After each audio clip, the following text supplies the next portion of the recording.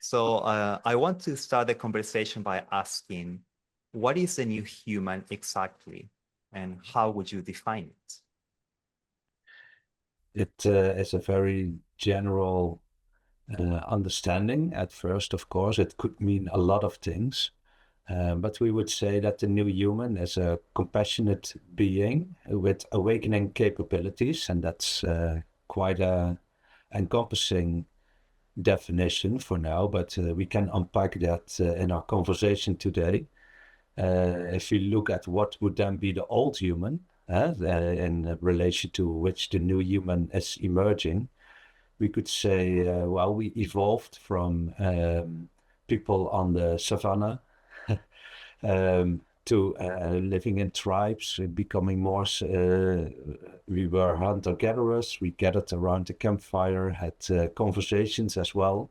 And then we evolved into sedentary people living in villages, cities, and now we created all kinds of states and actually a global city, so to speak. Everything is connected with everything nowadays. We even venture into space. So humanity is evolving into a spacefaring people.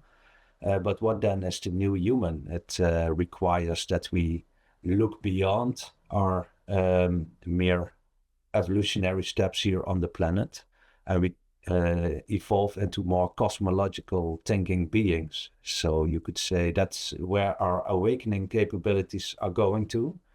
And it asks for more compassion as well, that we think that we are in this together instead of against each other. So I would open with that definition to unpack further in our conversation.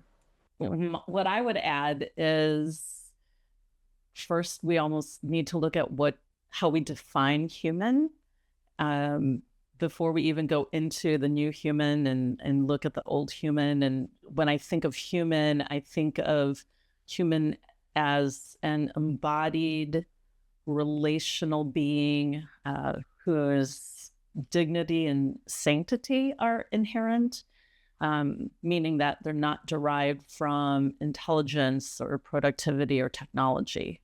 So when we start talking then about the new human, we want to keep the definition clear in what is a human.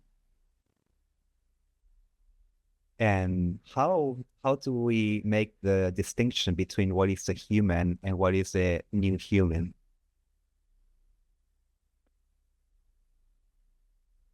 When we're talking about new human, I think we're talking about how the environment and the culture is now impacting our progress and our development. And so the new human is shaped by all of those external factors, and then internalized is moving to another level of understanding of how they would interact with the world. I would agree with that. Yes, in the past we were often seen in relation to apes, that human were slightly differently evolved apes with surpassing the mere involvement in the environment. We can have a reflective stance towards it, but now we created all kinds of new environments ourselves, even digital and virtual environments that return back to us, that give us different kind of reflections on who we are. So we have new relations to think about that. We are not mere apes anymore in that kind of evolutionary psychology, but we are also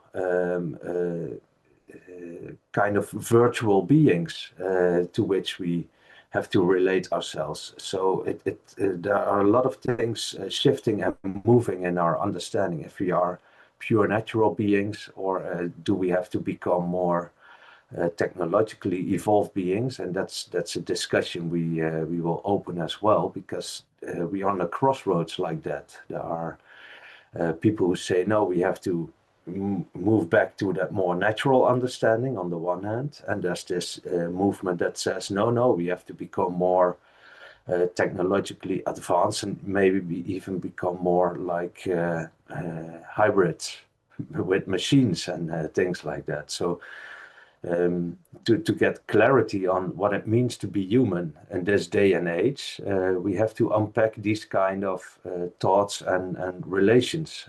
Where do we come from? Well, it's nature. But where we are going to is into the universe, but we need to be kind of technologically advanced in order to survive that in the space shuttles and everything. So that's the wider scope of what new human could mean.